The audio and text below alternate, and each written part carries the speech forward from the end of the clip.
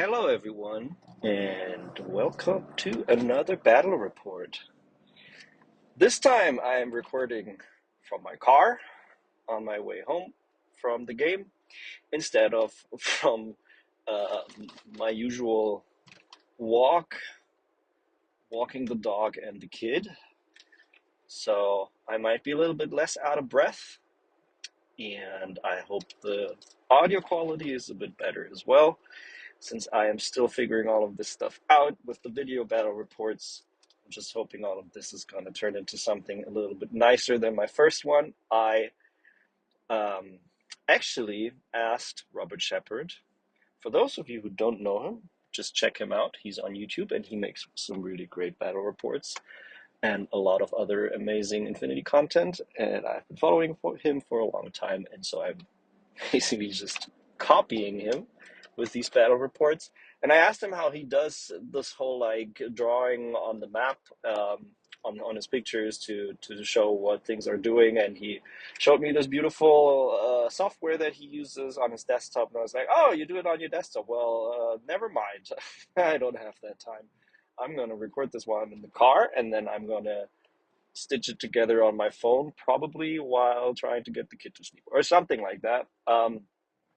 And so instead, the way we're going to do this is I took my good camera with me this time instead of my phone, and I tried to take as many action shots as possible and get some nice pictures of everything, and hopefully get some better image of what's happening or what happened on the table across. All right, with that out of the way, tonight we are playing Ramah Taskforce again. Probably the next couple of battle reports will be Ramah Taskforce as well, just because I am practicing a lot with this faction a lot and I'm just enjoying it so much. And we're playing against US Ariadna Ranger Force, and the mission we played was Uplink Center. Now, this is a bit of a special game for two reasons. One, we are playing 350 points, um, just because I wanted to basically settle a score between my units. Just because of the way my collection of Ramah Task Force has evolved. Here's the thing. I have 3 Mukthar, I have 3 Khawarij, I have 3 Zhayedan, and I have, of course, Gulams. And the new thing is that in N5, Nahabs, apart from all the other amazing stuff they got decoy too. So I don't have 3 Nahab models because I converted one of them into my Mukthar Red Fury. But you can put 3 Nahabs on the table, especially if you play the infiltration profile. And so I was like, I just want to see which of these 3 teams of 3 are the best. Originally, I had asked my opponent, Andy, who is an amazing player who has been basically running Tuck most of this time since N5, but who's now for the first 2 or 3 games been dabbling in US Ariadna. I asked him if he would allow me to play an illegal list of 2 Horus fire teams, just so I could like build all of these fire teams as Horuses or cores. But then in the end, I realized if I play my 3 Khawarij and I play them WYSIWYG, that means I will play the Chain of Command loadout, and I actually probably won't take the Chain of Command up the board, so it doesn't have to be in the Horus, which leads to this kind of awkward thing where I have 3 Khawarij, but one of them is just there because he's Chain of Command. Yeah, so that's the reason why we are playing 350 points, because only with 350 points I was able to basically fit all these, in the end, 5 teams of 3 into the list. So we have, from top to bottom, 3 Mukhtars. We have the Nahab Killer Hacker Infiltration profile. I took him this time, for those of you who watched the first battle report, where I was like, I'm not taking the KHD many times.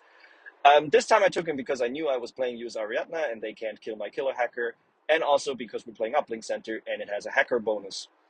And I was quite confident that I might be able to keep him alive, even in his infiltration version. Apart from him and the Mukthar trio, we then have the three Zhayedan, who are in a core link with two more Ghulam, the Lieutenant and the NCO. And then, that's already all of Group 1. We have in Group 2 the three Khawarij, as I said, the Mark 12 and the Doctor in a duo, and the chain of command just hanging around, as well as the third Ghulam, because obviously I also have to take 3 Ghulam. It has to, commit to the bit if you do it. But she is just a single Ghulam that's just a decoy for the Lieutenant. And a War Core, because I had 3 points left. So that's the list. Looking at the US Ariadna list that Andy played, I forgot to ask him for the exact code, and there were a couple combo markers that never revealed, so I'm not exactly sure about this. The way I recreated the list, there are a couple points missing. I know US Ariadna actually has troubles even getting to 350 points, but this is what he did. From what he told me of his first Ariadna games, this is basically what he would play usually, plus Van Zandt and then some other stuff, which means he is playing the T2 Blackjack in a Horus with Rosie Munro and 112 FTO, which both count as grunts, so that gives him a special die. He's playing the Unknown Ranger, AP Spitfire, MSV1 in a duo with the Minutemen, NCO, AP HMG.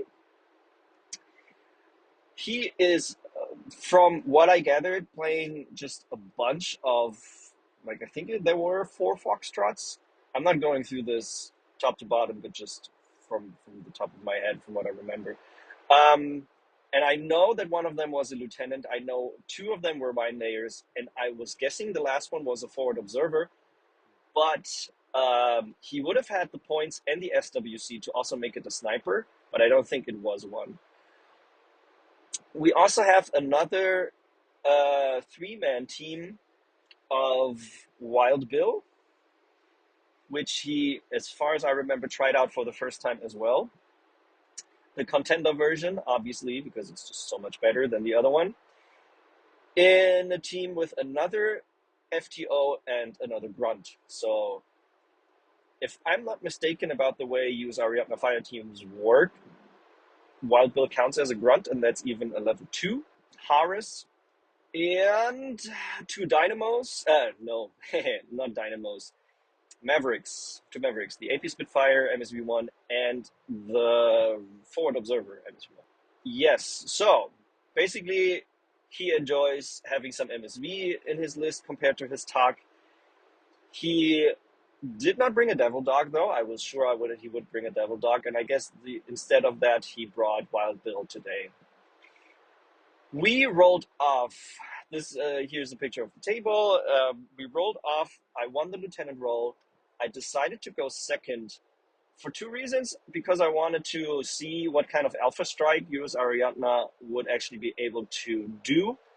And obviously because Uplink Center is one of those not amazing Corvus Belli missions where you score everything at the end. And it's also this kind of winner-takes-all mission where if you get the points, the opponent doesn't get the points with most of the scoring options. And so there's a huge second player advantage. And so I decided to go second. And Andy took the right table side, and I took the left one. The way he deployed, he basically had his blackjack on the building in the middle, in the back, just standing up there, basically overwatching most of the table, with the Doctor behind him prone and Rosie Munro at the bottom of the stairs of the building. He had the Unknown Ranger and the Minutemen quite further up in the middle, with the Unknown Ranger being on top of that low red building, prone, but able to stand up and take some fights if he wants to. He had Wild Bill on the very top of the board, on the big building, prone, where he would also be able to walk up the building and basically look between those towers into my deployment zone, with the grunt prone on the bottom, and the second doctor, the second 112, behind the see-through whatever you call that thing, also prone. And then there were just like 7, 8, 6, I don't know how many, I think it was 6 combo markers strewn around the midfield. Some of them on top of buildings, some of them on the ground. And the dynamos were on the bottom of the table behind those big buildings, ready to do whatever they wanted to do.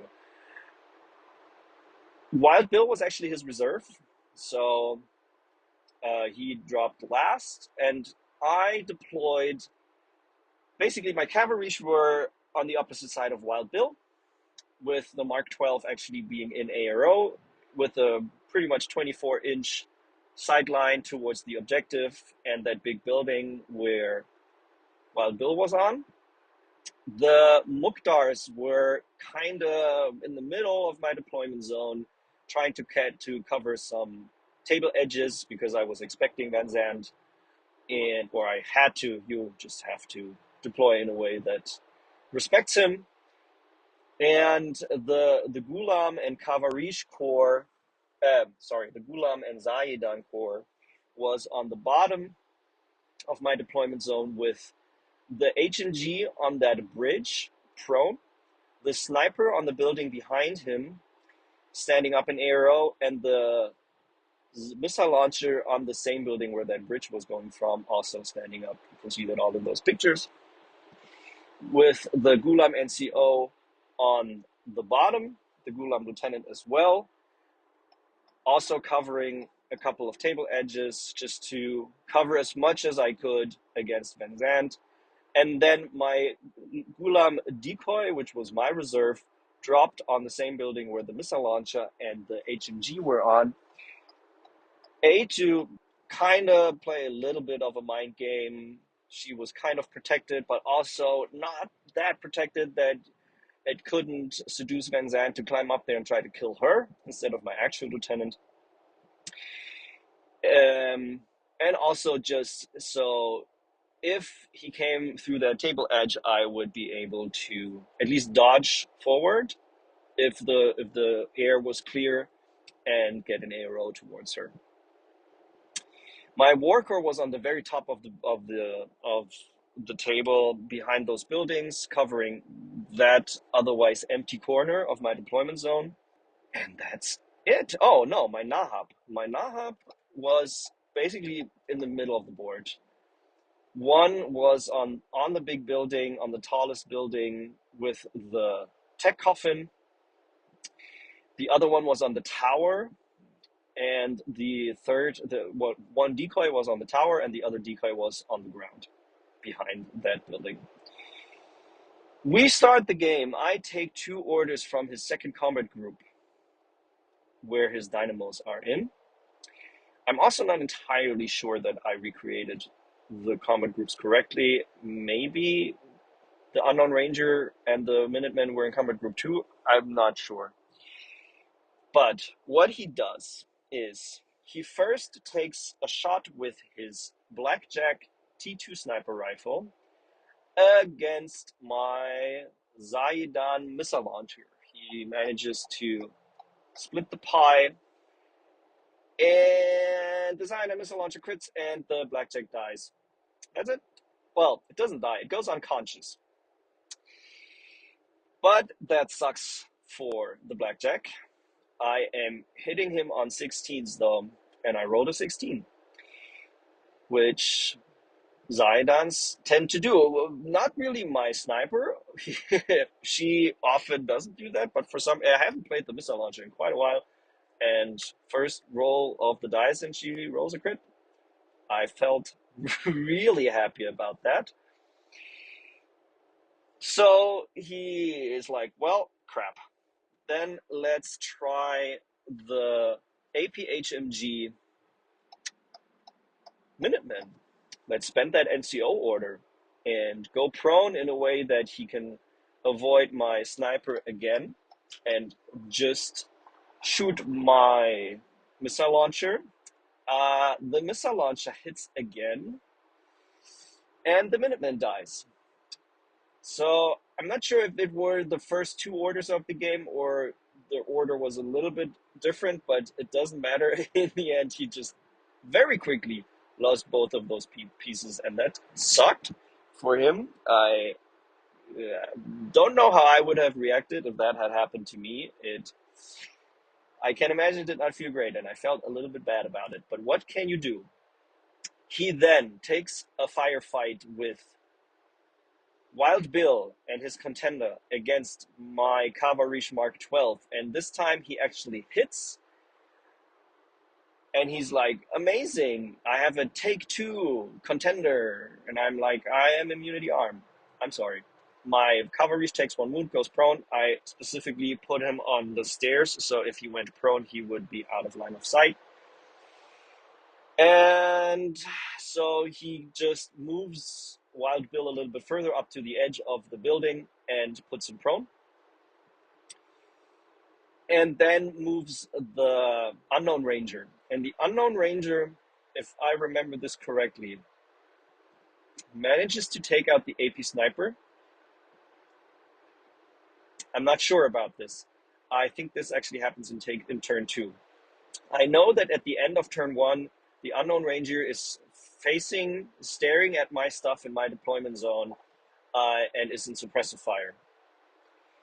And the other big thing that happens, though, in his first turn, and I would say, and we talked about this afterwards, that this was a mistake, is that he cannot resist, and he brings in Van Zandt first turn. And in my opinion, especially since Van Zandt is he is a parachutist deployment zone, but he was the original, he's the OG deployment zone parachutist, and you can see it. He's not as powerful as later units that got that rule are.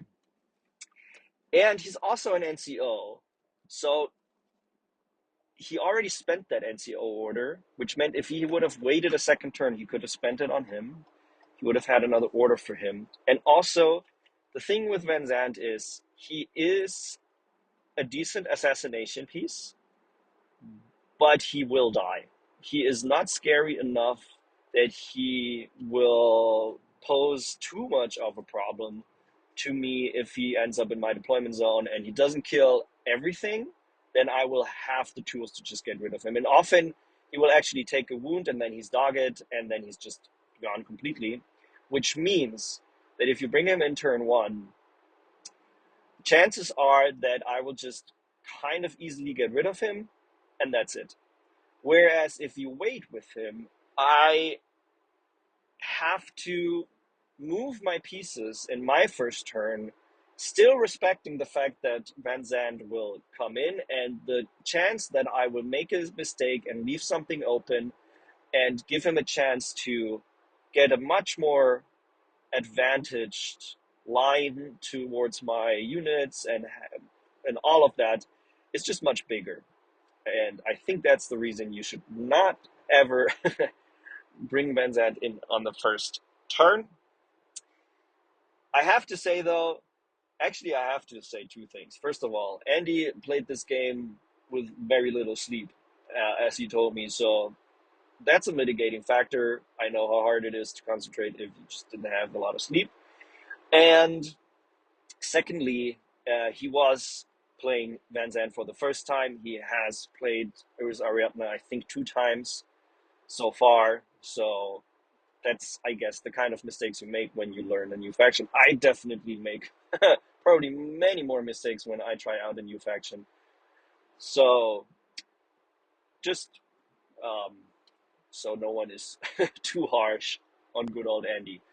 Um, anyway, he brings in Van Zandt in the little corner on the bottom of my table behind that building where I can't see him. I get a dodge with my gulams, and all of them actually make their dodge. So my gulam decoy actually stands up and dodges towards the edge of the building so she can see Van Zandt should he activate again. And I realize here that apparently I made a mistake in the chronological order of events, because as she does that, the Andy is like, great, I'm going to use my blackjack to take two sniper and shoot at her, which means that he wasn't dead yet. But I know that at the end of that firefight, he is dead, because he manages to win, like he shoots the Gulam in the back, kills, like she explodes, but my Zhayedan missile launcher hits him and he goes unconscious. So, okay, so this happens now. Van Zandt then tries and shoots at, like he's able to split the pie even though there are like four pieces stacked in a row waiting for him to come out of his corner. They are stacked in such angles that he can basically split the pie between all of them. And so the furthest away is my Mukthar doctor, who is facing with his back to Van Zandt. And so he takes that shot first, and unfortunately though, he only one shot goes through. He is out of 16 inches and I have mimetism, so he's shooting on sevens. He only gets one shot through. I pass my save and I turn around. And to shorten things a little bit, at the end, like he spends a couple more orders on him, but in the end, Van Zandt is dogged. Both of my Mukhtars have both of their wounds still. I only make one big mistake, is that as Van Zandt is already dogged, he just basically with his last order, he just moves out in the open. He's like, what you gonna do? And I, foolish as I am, just shoot at him with everything. And I'm not sure what I thought when I made that decision, because it was a very bad decision.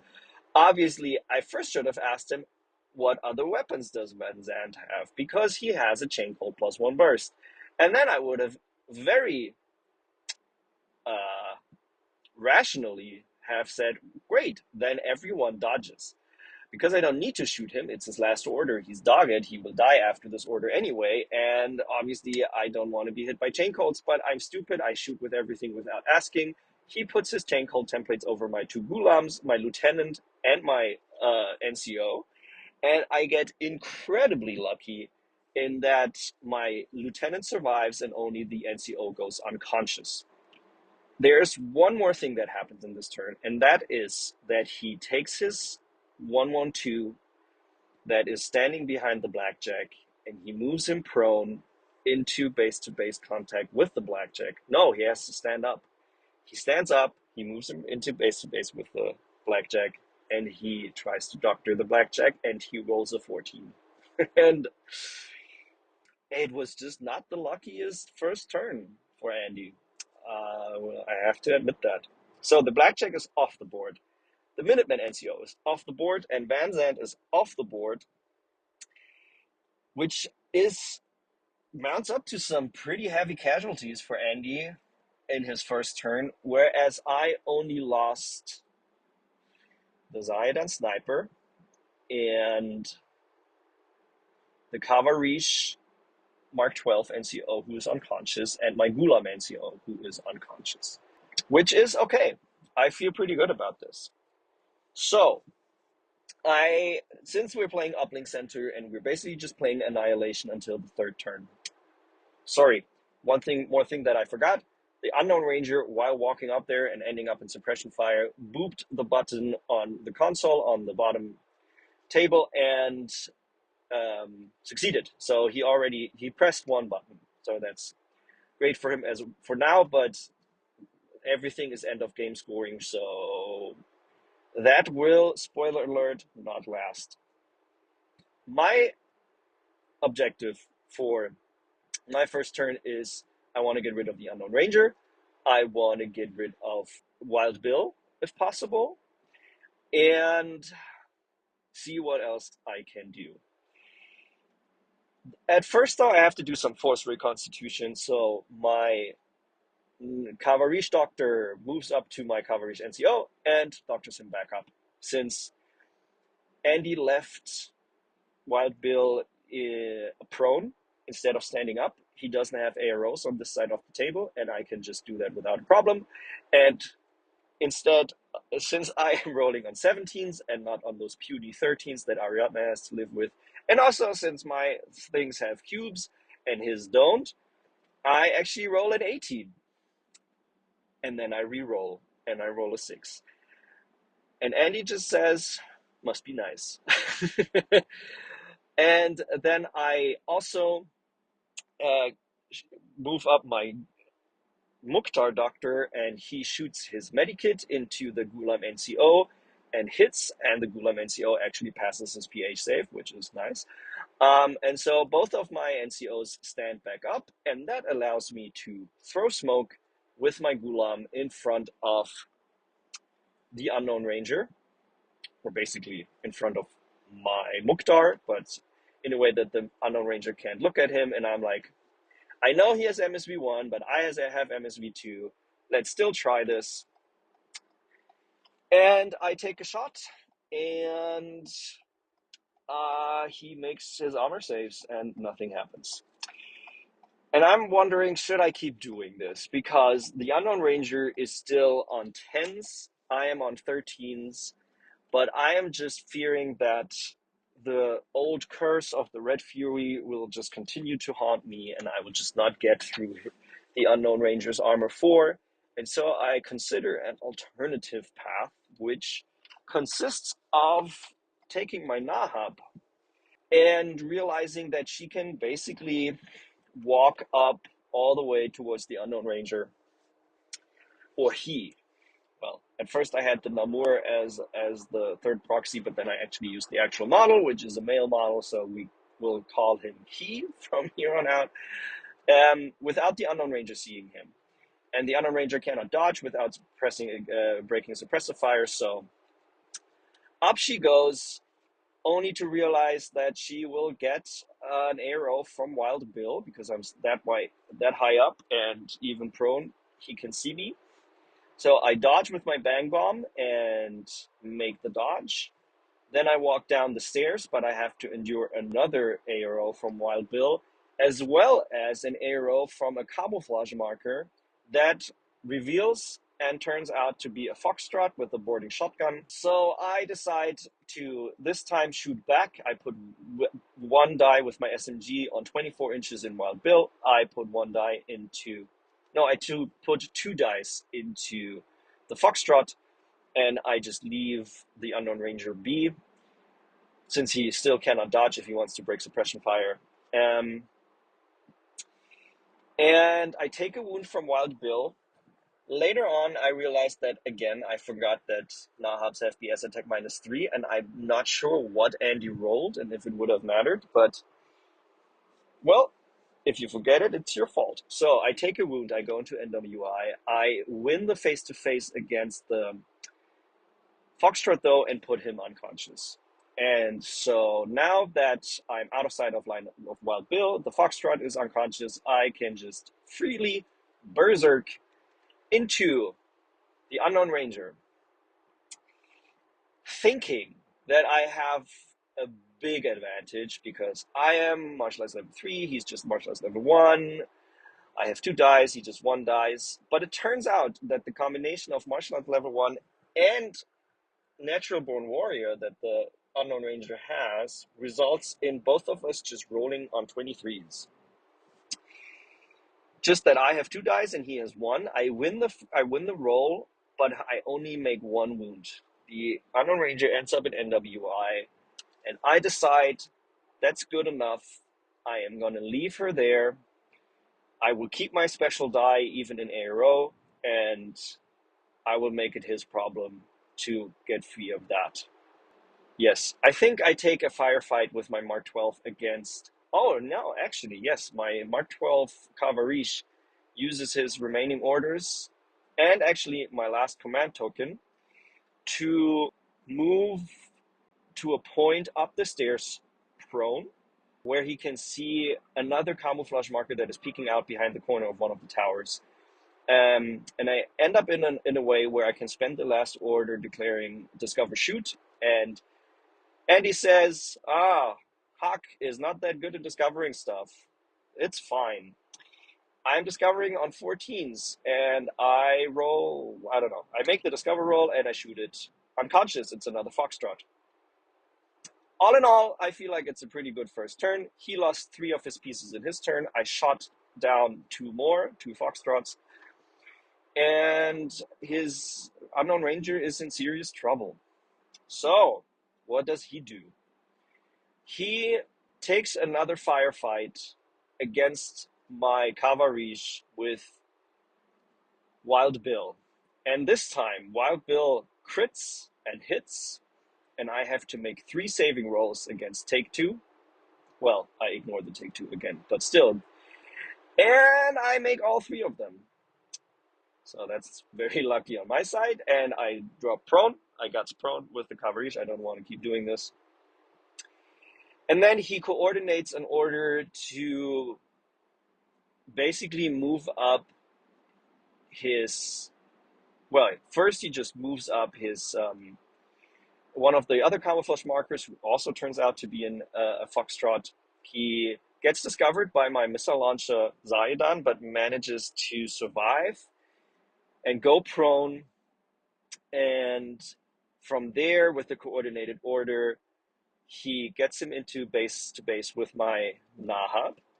And so now the Unknown Ranger is on burst 2. I am on burst 1 with the special die, and this time the Unknown Ranger wins and my Nahab dies.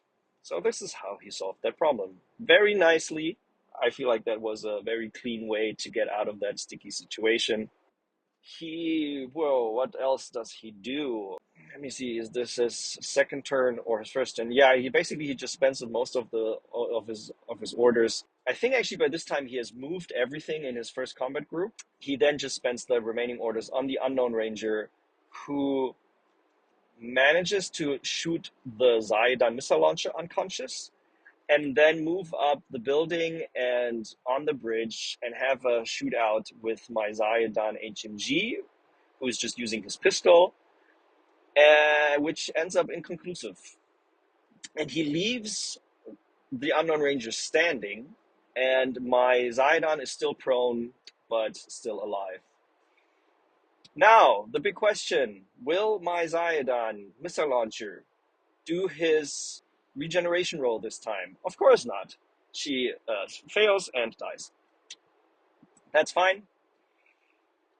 I think he also manages to kill the doctor, the Mukthar doctor, or maybe that happens in his third turn.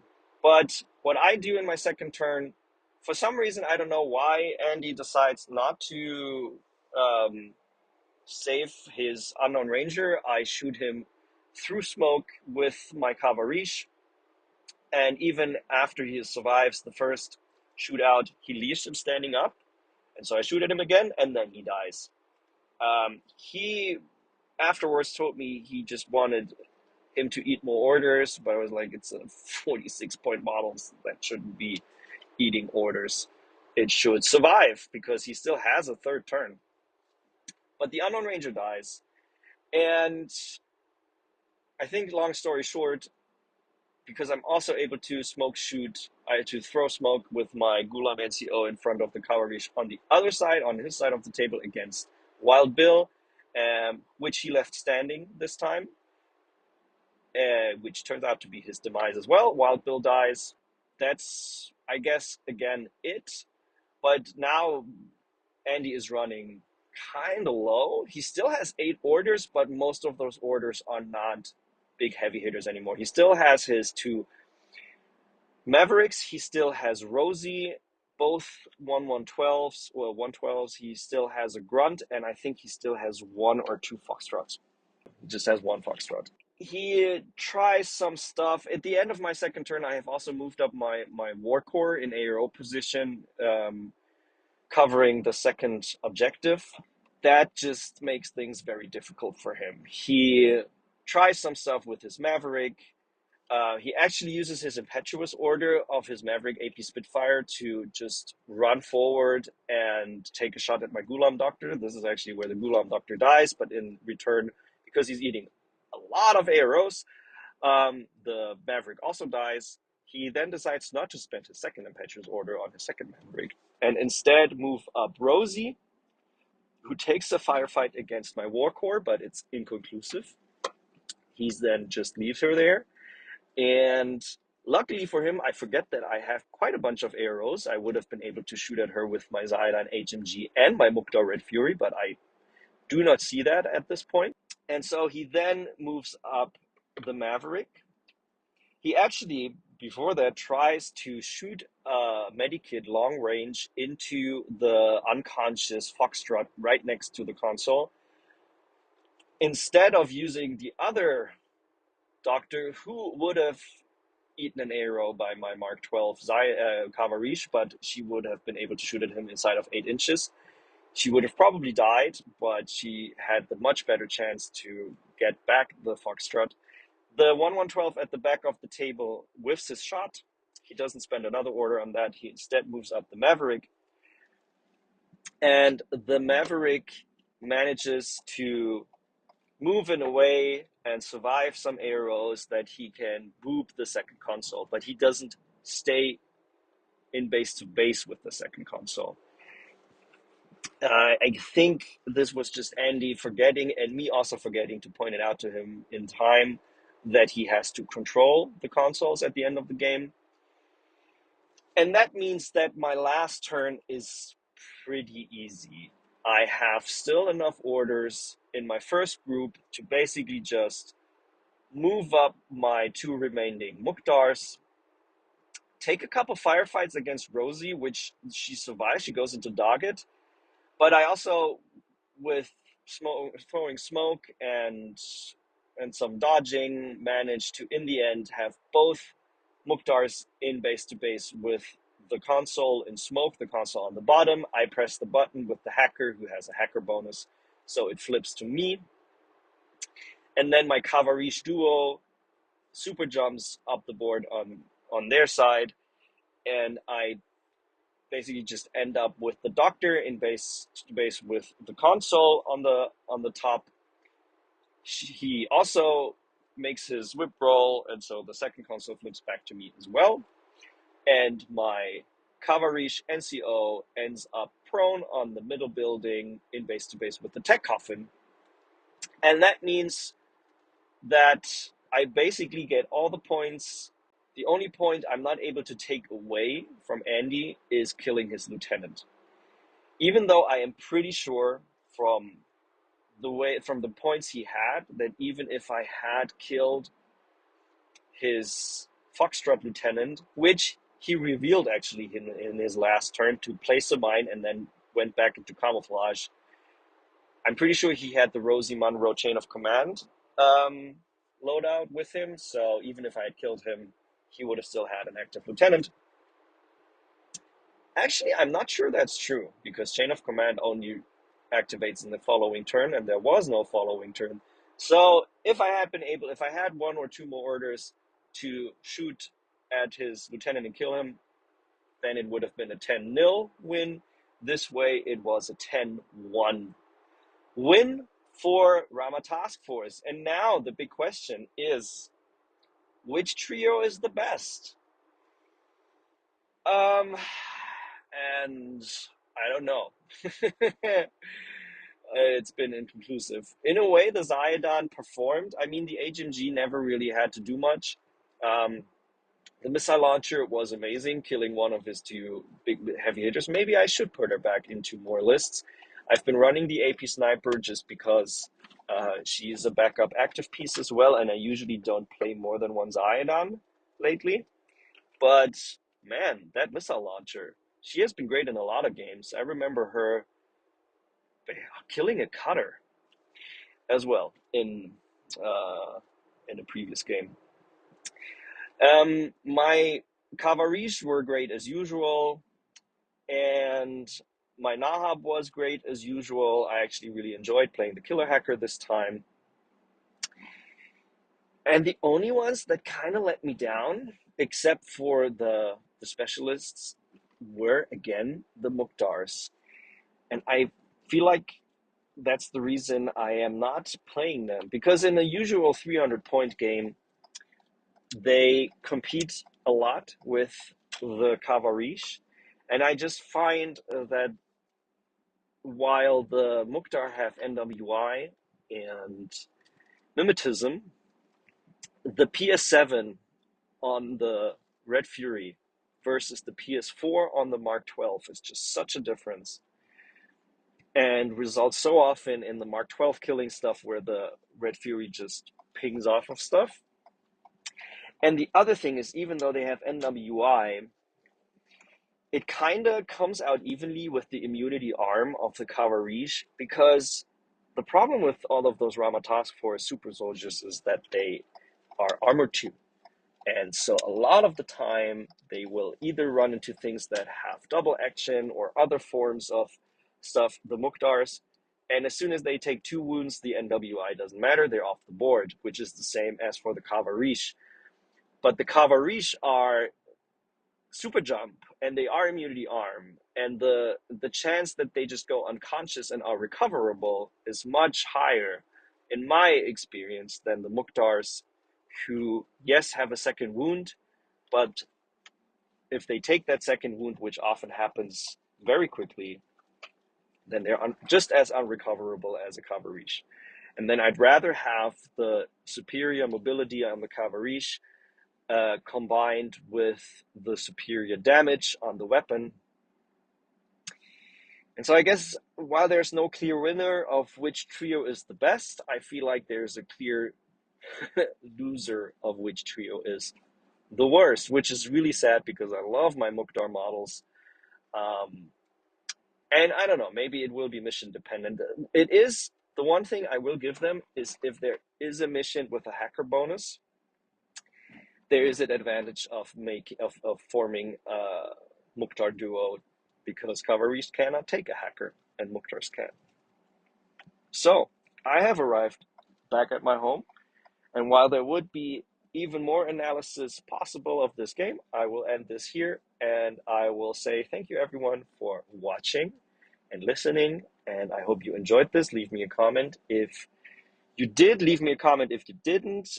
Tell me what you would improve or what you liked. Of course, you can press those buttons, but I don't really care. Honestly, this is my second YouTube video. Anyway, I hope you enjoyed this, and I will try to keep doing these, hopefully. And maybe there will be a next time. Bye-bye.